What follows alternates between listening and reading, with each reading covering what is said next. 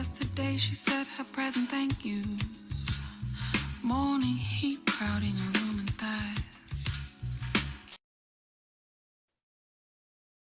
Hello and welcome.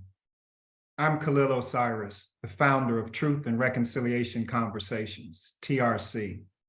Thank you for joining us to honor Nelson Mandela International Day. Today's program is being co-hosted by the Georgia Coalition Against Domestic Violence, Men Stopping Violence, and Truth and Reconciliation Conversations. This year's theme is climate, food, and solidarity. It highlights the importance of collaboration and community partnerships. TRC has partnered with the Georgia Coalition Against Domestic Violence and Men Stopping Violence in honor of Nelson Mandela International Day and in support of the House of Mandela and its Family Foundation that's headed by Dr. Makaziwe Mandela. The aim of today's program is twofold. We want to highlight two major points. One is 67 minutes of service, where we recognize the power that we can have for good and social impact in our communities by simply using our time consciously and intentionally. The 67 minutes of service also is in honor of the 67 years of service that Nelson Mandela gave in his life.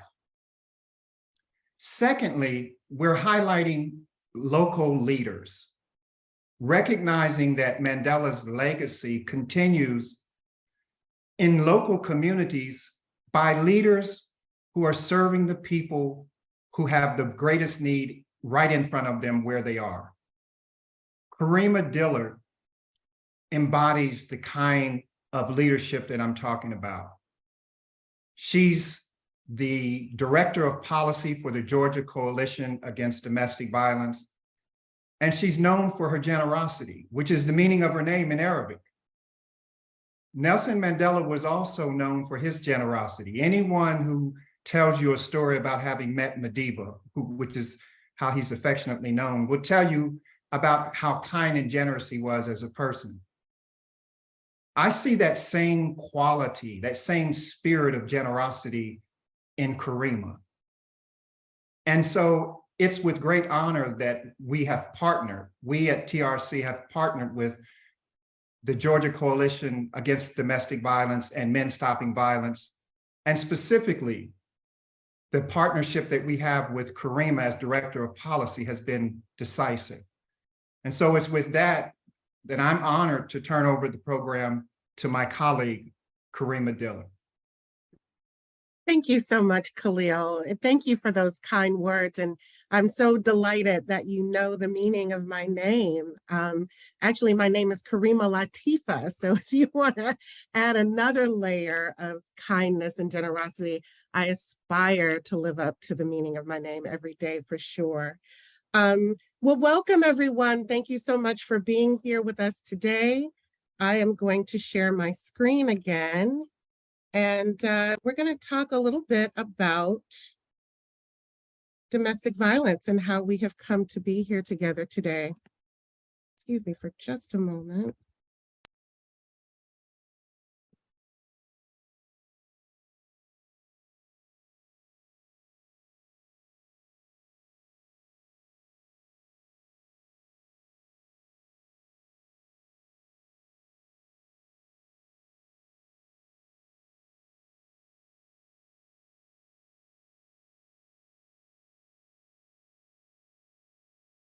So Mariam Kaba, who is an abolitionist, an activist, an organizer, an advocate, says that increasing rates of incarceration have minimal effects on crime rates.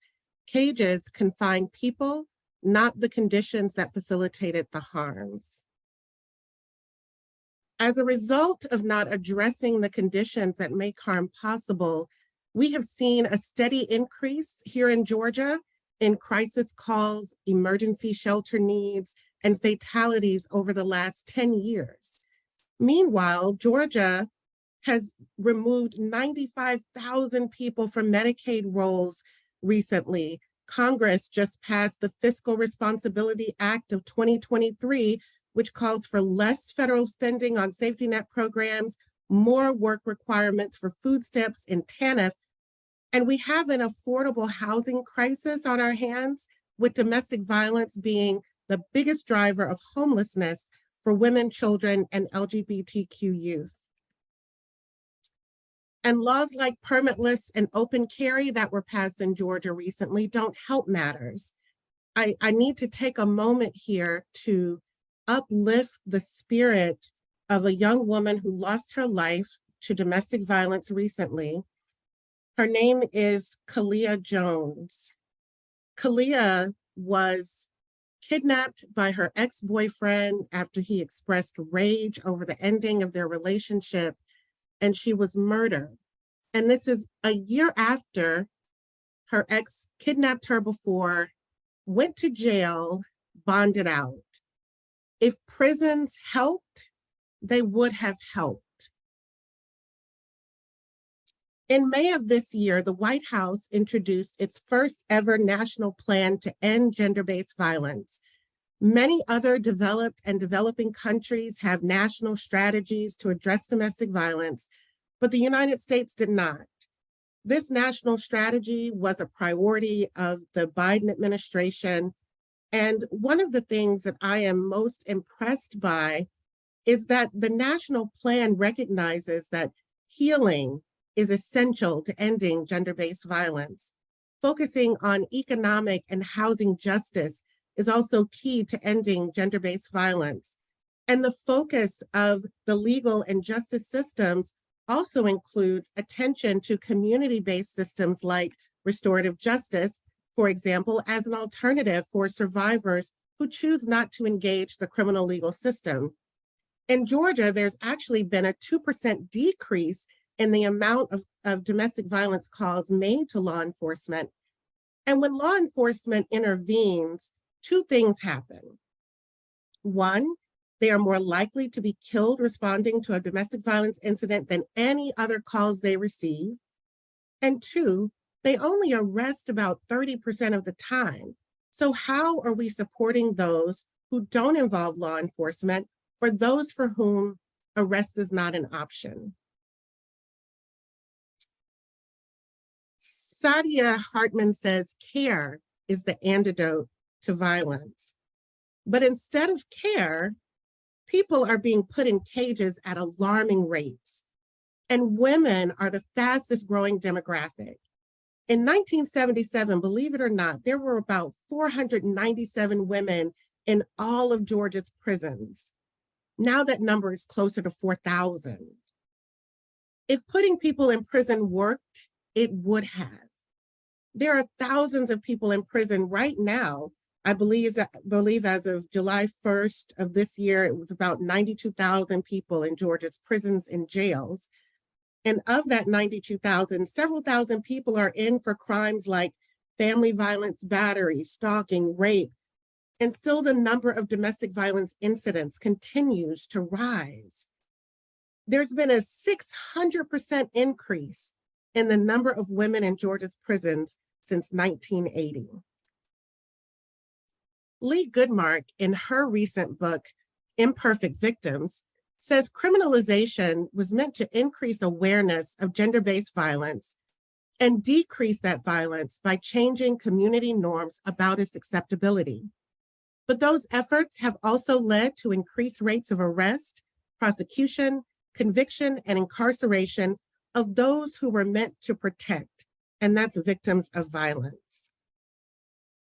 So that brings me to the Georgia Coalition Against Domestic Violence program, Justice for Incarcerated Survivors. In 2015, domestic violence advocates in Georgia realized that we needed to do something about the alarming statistic that 71 to 94% of women who are incarcerated have experienced some form of domestic or sexual abuse over their life course. Even more, we found that many women who made the impossible decision to save their life or risk their freedom were incarcerated as a result of standing their ground in self-defense or were coerced into criminal activity by an abusive partner. GCADV's executive director, Jan Christensen, had the idea to begin bringing advocates together in Georgia around a conversation, and what emerged from that was the Justice for Incarcerated Survivors program. So I would like to bring to the virtual stage Katrina Butler and Selena Faith. And before I do, let me tell you a little bit about them. Katrina Butler is an honored and blessed mother of 6 strong, beautiful children. She has always had a passion to use her life experiences and spiritual teachings to help others build healthy relationships and to be a testament of hope, understanding, and support for others. She always lives by the words, never forget where you come from and stand on your truth no matter. Only when we stand on our truth can we bring forth growth within ourselves and change for the betterment of humankind. Selena Faith has been in the role of JFIS coordinator. So JFIS stands for Justice for Incarcerated Survivors. Selena has been in this role at GCADV for 2 years, following her graduation from Earlham College. Her first year at GCADV was through her fellowship with the Quaker Voluntary Service, an 11-month experiential program that has an emphasis on social justice work and spirituality. Prior to working at GCADV, Selena expressed passion for gender-impacted fields by leading her college's sexual health club. So I'd like to bring to the stage first Katrina, and then we'll hear from Selena. Thank you, Karima. Thank you so much, Karima, for that. So my story starts with, I was incarcerated for close to 5 years due to family violence, where my attacker, I lived with him for 7 years, and he raped me the first time because the police did not feel that I was in harm or scared, because after my hospital visit, I went back to the house to get my children. 6 months later, he did it again at knife point. I have had pretty much a lifelong spiral of toxic and abusive relationships that stem from losing my father at the age of 14. And as the old cliche says, looking for love in all the wrong places, you try to grab and find that love wherever you can to fill that void. And unfortunately, it left me in a place where in a dark place with people that saw my vulnerabilities and took advantage of them. Eventually, me trying to get out of my harmful situation, after not getting any support, I was desperate and I stole money from my employer to get my family, my children, and myself in a safe place, because we ended up being homeless. We fled from the house once my attacker was served 6 months in county jail, was given a $500 fine, and then he called me upon release, asking was I coming to pick him up. At that point, we fled, and I was desperate. Eventually, it ended up me in prison. So I served close to 5 years in prison.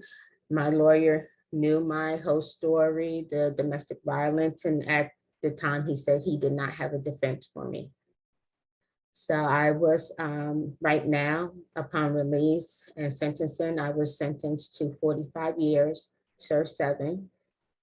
As my victim said, they wanted to make an example out of me. I really feel, looking back at my attackers and the long span of, abuse that I've went through, I really feel that, with the men, that there was a lot of, issues with their family units, not being close to their parents, not having that fatherly role model to teach how to become a man, how to respect, women and just people, period. And also, there's not at the time, there weren't a lot of resources for anger management, things like that, you know, how to deal conflict resolution, things like that. And I really feel that those things were more available to our young men, and even to the women, knowing how they should be treated, you know, within their relationships. I really feel that a lot of women that I've seen in prison and out would not be in those situations, and especially not for that long. So I'm hoping that through avenues like this, that we can put awareness and then get the support for people to learn how to deal with one another. Thank you so much for Katrina for sharing your story. Katrina, can you tell us how you came to know about the Justice for Incarcerated Survivors program and how that impacted your life? Oh, yes. I mean, most definitely. I owe so much to the coalition, because I remember, you know, very vividly, there was a letter, a sign up sheet hanging on the wall, and it asked for anyone to sign up if they had been incarcerated due to domestic violence. And it gave a deadline, and I walked past that paper back and forth, because I didn't feel that I was worthy. In the midst of me telling my story and asking for help, my employer, before I stole money, I went and they knew about my rape. And the first thing he said was, "What did you do?" Between my lawyer saying he did not have a defense for me, between the judge saying, "Katrina, you've done great things in your life. However, you allow somebody to make you steal." I didn't feel that I was worthy to put my name on that paper. And I walked past that paper, and finally I got the courage to put my name on there, not really thinking that anything would come of it. But eventually I did get an application. And again, I was still very doubtful. And I just put the bare minimums of my situation, nothing nowhere near the truth. And I was accepted in the program. It was just a great day for me, because I didn't have monies for a lawyer. I didn't have know what hope, you know, I didn't have no hope. I didn't know that I was going to ever see my children again. The dates and everything, I had no dates upon release. So it was a very dark place. However, in the midst of me waiting, you know, for a response from the coalition, I was shipped to other facilities 3 times, and my ray of hope dissipated. I didn't have any, I thought I was just lost, and there was no light for me to see. It was a very, very dark and hard place for me to be in, and especially being away from my children. But one day, after 2 years of waiting and not hearing from anyone, I came home from my detail, and they called me over saying that I had mail, and I looked at the envelope, and when I saw that logo, I knew who it was. And when I opened up that letter, I was thinking that they were saying, you know, it was going to be another process that I would have to go through, or it was going to take a little bit longer. But announced to, you know, my thinking, my parole packet had been completed and sent in, and that was December 2020, and I came home February 2021. Thank you so much for that, Katrina. So Selena, tell us about the Justice for Incarcerated Survivors program.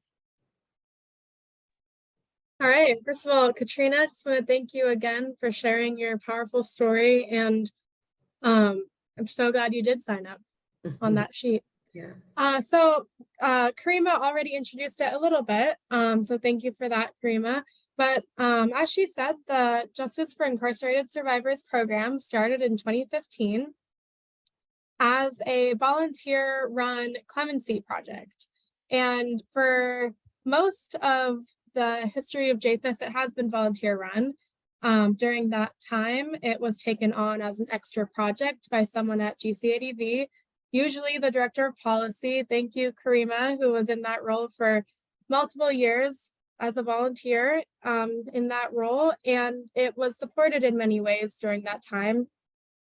One being through volunteers outside of GCADV, and one being through fellows from the Quaker Voluntary Service, which is how I found myself in this role. In 2022, we were able to hire our first dedicated staff member, and in 2023, we were able to hire our first full-time dedicated staff member, who is the new director of JFIS, Ellie Williams. And as Prima described, the JFIS project now supports incarcerated survivors of domestic violence directly through representation in parole advocacy and now newly in wrongful conviction cases as well. We do this work by conducting interviews and bringing forward that history of domestic abuse that may not have been considered, as Katrina gave her own example of, wasn't considered in trial or hearings prior to being convicted. Our partners at Alston and Bird Law Firm in Atlanta helped tremendously with the legal side of doing this parole work, and our new director, Ellie Williams, offers direct representation legally in our wrongful conviction cases. And throughout the history of the project, we have spread the word many different ways throughout the prisons, the women's prisons in Georgia. But our main methods now are through distributing our intake survey to counselors, who then distribute them to women throughout the prisons. But we also receive a lot of letters for assistance through word of mouth recommendations, which we support and encourage. And in these cases, we will mail out our intake survey directly to the women who write to us. And that intake survey has a lot of questions on it, but if they meet our criteria in any way, or we think they might meet our criteria, we always follow up, reach back out. If we need more information, we'll schedule in-person interviews. And our criteria includes being parole eligible. Currently, the traditional side of our project does just focus on parole assistance right now. Like Katrina mentioned, writing a parole packet and submitting that to the parole board. And we really want to highlight and bring out and show the parole board this history that impacted the crime and the conviction so heavily and is often not listened to or taken into account during the conviction process. So being parole eligible is very important, as well as our other criteria is serving a sentence for committing a crime against a current or former partner, or being coerced into a crime under the duress of a current or former partner. And the new wrongful conviction branch is available to women incarcerated in Georgia who were convicted for a crime that they just did not do and are truly innocent of. And this work could not be done without the partnerships that we have. We have strong partnerships with the Georgia Department of Corrections, the Board of Pardons and Paroles, a wonderful group of pro bono attorneys at Alston and Bird, the Fulton County Conviction Integrity Unit, and a wonderful network of volunteers who assist with the project and are essential to it running. And that volunteer group, which we're always accepting new folks into, fluctuates between about 20 and 30 volunteers and includes a huge variety, including but not limited to advocates, attorneys, professors, students, and therapists. And they're just incredibly valuable to the JFIS project. These volunteers help assist us with conducting interviews in person with incarcerated survivors, as well as assisting with screening and reentry assistance. And back to you, Karima. Thank you so much, Selena. That was so thorough. I appreciate that a whole lot. So now I'd like to bring to the virtual stage Mark Bracey from Men Stopping Violence. And before I do, I want to tell you a little bit about Mark. So Mark currently serves as the Director of Community and Youth Programs at Men Stopping Violence. He previously worked with the DeKalb County alumni chapters of the Kappa Alpha Psi fraternity, the DeKalb Solicitor's Office, and International Women's House on Engaging Men grant from the Office on Violence Against Women. The goal of that grant was to bring a greater understanding of gender equality to the young men and boys of the Kappa Alpha Psi Guide Right program. Mark is a certified family violence intervention program facilitator in the state of Georgia. He is one of the founders and lead facilitators of the Young Men Stopping Violence Initiative, a high school leadership program dedicated to ending dating violence in communities and school campuses. Mark, welcome to the virtual stage. Wow, thank you so much, Karima, for introducing me. And also thank you, Katrina, for sharing your story, your personal story, and how you got engaged in this work. And thank you, Selena, for also sharing the work that you do. I'm excited to be here today and talk about men stopping violence and what I do and what we do at our organization. Like Karima said, I am the director of community and youth programs here at Men Stopping Violence. We've been around for 41 years. Our mission is to engage men in communities to take action to end violence against women and girls. So we have several programs in which we do that. We have a Men at Work program, which is a 24-week class where we go have deep discussions on what healthy masculinity looks like, how to identify abusive tactics, and what does accountability look like? Because a lot of men don't understand that what accountability is and how to use accountability in their relationships. So we take a deep dive into what that looks like, how to identify the full scope of violence against women. Many people, we think when they hear violence, they think of just the physical aspect of it, but they don't think about the emotional, the economic. They don't think about pressure tactics, intimidation, interrupting, and the other forms of abuse that still have an impact in relationships. So we teach our men in our program, in that 24-week class, the importance of identifying those forms of abuse as well. We also have discussions on intersectionality. Why do we just need to focus on race, class, gender, and the other social identities that also are important when it comes to oppressing women and girls. We also have a course called Tactics and Choices. It's a court mandated course we usually have every Friday from 5 to 7 p.m. We're in conjunction with the DeKalb County Courthouse here in Georgia, where we teach men how to de-escalate intense situations, give them conflict management skills. I heard, I think Katrina might have mentioned that, or it might have been Selena. But we teach men, what are some tools and resources you can use to prevent yourself from using aggressive behavior. We also teach them, again, how to identify abusive tactics. What are the abusive tactics you can use in a relationship? And why is it important to be accountable? So both of those programs are geared heavily towards accountability without justifying abusive behaviors, but also it's geared towards helping them to identify their interactions with their partners. We realized that 2 years ago, we came up with a program called Young Men Stopping Violence. In this program, we realized that it was not enough to just intervene with men who were court ordered, but we wanted to intervene early and focus more on prevention with our youth. We know that our young men are learning unhealthy norms of masculinity at a very early age. We know that young men or boys are taught to dehumanize girls and women at an early age. And we know that's enforced through the media.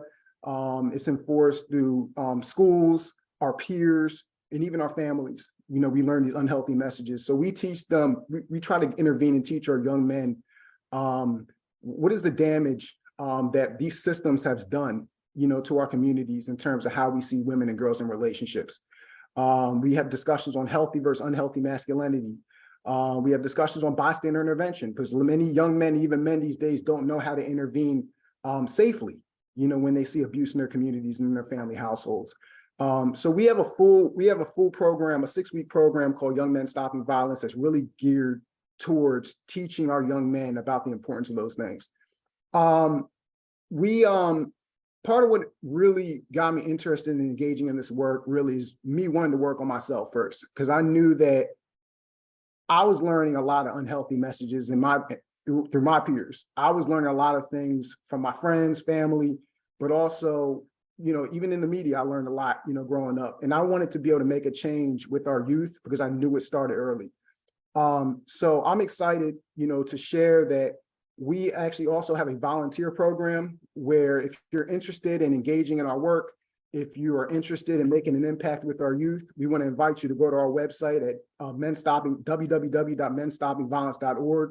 If you're interested in being a facilitator for tactics and choices, or our Young Men Stopping Violence initiative. We have been in 3 boys and girls clubs in the Atlanta metro area. And we are going to be in the DeKalb County school systems as well this year, working with high schools. So we are really excited about that. And again, this is just an extension of the CAP. I know you heard Karima mention the Kappa Alpha Psi initiative. This is an extension of that. You know, we want to be able to reach more than just mentoring programs. We want to reach all high schools in DeKalb County, Georgia, and also pretty soon we want to do the state of Georgia and also in the country. So we're really excited about that initiative, really expanding and really reaching our youth much more. So I want to just say thank you, Ms. Karima, for letting me speak about Men Stopping Violence and the work that we do. And again, I see in the chat, my information is there, my email address. Please reach out if you're interested in taking part in our Men at Work program or being a facilitator for Young Men Stopping Violence, our Tactics and Choices course. We do train people to engage in this work. So thank you. Thank you so much, Mark. That was wonderful. And I'm so excited about the work that Men Stopping Violence continues to do. Khalil mentioned in the introduction that we're uplifting 67 minutes of service. And of course, we'd like more than 67 minutes, right? We want all the time that you can spare. But we want to start with this quote from Andrea Ritchie and Miriam Kaba. I mentioned Miriam Kaba earlier in the webinar, and Andrea Ritchie is also another abolitionist, organizer, advocate, and they say, if pressure on a community is relieved and necessary resources are made freely available, violence within the community decreases. And I feel that we could say that one more time. If pressure on a community is relieved and necessary resources are made freely available, violence within community decreases. So Mark talked about how to get involved in Men Stopping Violence. If you go to their website, you see lots of opportunities to engage. Similarly, GCADV has our Justice for Incarcerated Survivors program. If you go to our website at www.gcadv.org, you'll find an opportunity to fill out an application to be a volunteer, and we have volunteer opportunities for you with our JFIS program, and Selena talked about all the wonderful things that our volunteers get to do. So we highly encourage you to take advantage of this opportunity to be of service in your community. We need you, survivors need you, community needs you. And you know, together, we really can make an impact when it comes to ending domestic violence. It has to be more than just a hope. Miriam Kaba always says that hope is a discipline. So we have to believe that we can do this in our lifetime, and it takes all of us coming together to make that happen. So Khalil, I'll turn it back over to you. Wow. I just, first of all, want to say thank you to everyone for an amazing program today. Katrina, your story is just so powerful. I served 20 years in prison, so I know intimately what the challenge is when you're there, and it looks like there's no opportunity for the situation to change. And so to be left in that desolate place and to emotionally to be broken, and to have to find your way to wholeness, to healing. That is a journey that requires the blood of our life. And oftentimes when we have gatherings like this, we have programs like this, we have done it in honor of Nelson Mandela International Day. We have highlighted 2 points. one focusing on the power that we have to use our time for good, which is the 67 minutes of service. And the other is on how local leadership is continuing the legacy of Mandela through service to others in our communities. And that leadership, I'm not talking about people who have titles as leader. I'm talking about those of us who decide that we're going to take a stand where we are and do good without permission, without money, and most times without any kind of tangible resources that most people say are required to make change. That's just not how it happens. It has to start with something in each of us. Each of us, where we hold ourselves to the highest standard of accountability. We're very clear at Truth and Reconciliation Conversations that every man and boy who pledges to stop violence, and I'm talking about specifically gender-based and domestic violence, every man and boy who pledges to stop it makes the world safer for women and girls. That is not something that we need legislation for. That is not something that we need to incarcerate people to make them pledge to do. That is something that we ourselves have the power to address and to heal without anyone else telling us it needs to be so. And so Nelson Mandela International Day, highlighting climate, food, and solidarity. Our emphasis is on solidarity in this moment. The solidarity that men must engage and demonstrate as advocates and allies to stop this horrific crime happening in our communities and in our homes. If we were to find that a police officer came into our community and violated a person, we would be in arms. We would be up in arms. And I'm not talking about whether or not the police officer is white or black. I'm saying our mindset is such that we would instantly protest. Meanwhile, the scourge going unnoticed, unaddressed in our communities, in our own homes, no one's even raising an eyebrow about. And that's the violence being perpetrated against women and girls. And it's happening in plain sight. But we've so normalized the way we treat each other with violence that it's hard for many of us to even recognize that it's happening even when we're the victims. So we hope that this day, Nelson Mandela International Day, in highlighting the role of men and boys particularly, to be advocates and allies, to be soldiers standing in solidarity with women on this issue, we hope that men will reach out to you, Marcus, specifically reach out to you and become volunteers. We're asking them to pledge this kind of commitment for the 67 minutes of service. Yes, we know that these stories from women are there, but I'm asking men, what are we going to do about it? And so I want to just say, as Nelson Mandela said, it always seems impossible until it's done. This is something that seems impossible that I absolutely know we can do in our communities, and that is stop the violence against women and girls.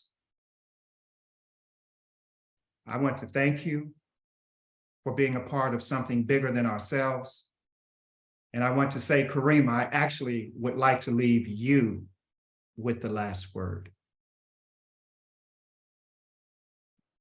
Thank you, Khalil. Gosh, you've already said so much. There's not a whole lot left to say. I feel like Now is where action is needed. You know, we have the information, we have access, we know how to reach out to Men Stopping Violence, we know how to reach out to Georgia Coalition Against Domestic Violence, and now it's time to reach out. And if there's anything else left to say, I think, you know, again, uplifting the young woman who lost her life just the other day. She was only 19 years old. 19 years old, which means that her relationship, the abusive relationship, started when she was even younger.